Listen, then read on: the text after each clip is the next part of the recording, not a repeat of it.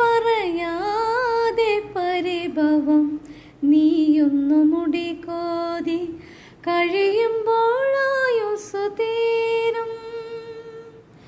പറയാതെ പരിഭവം ഞാനൊന്നു നെടുവേർപ്പെട്ട് കഴിയുമ്പോഴോ ലോകം തീരും.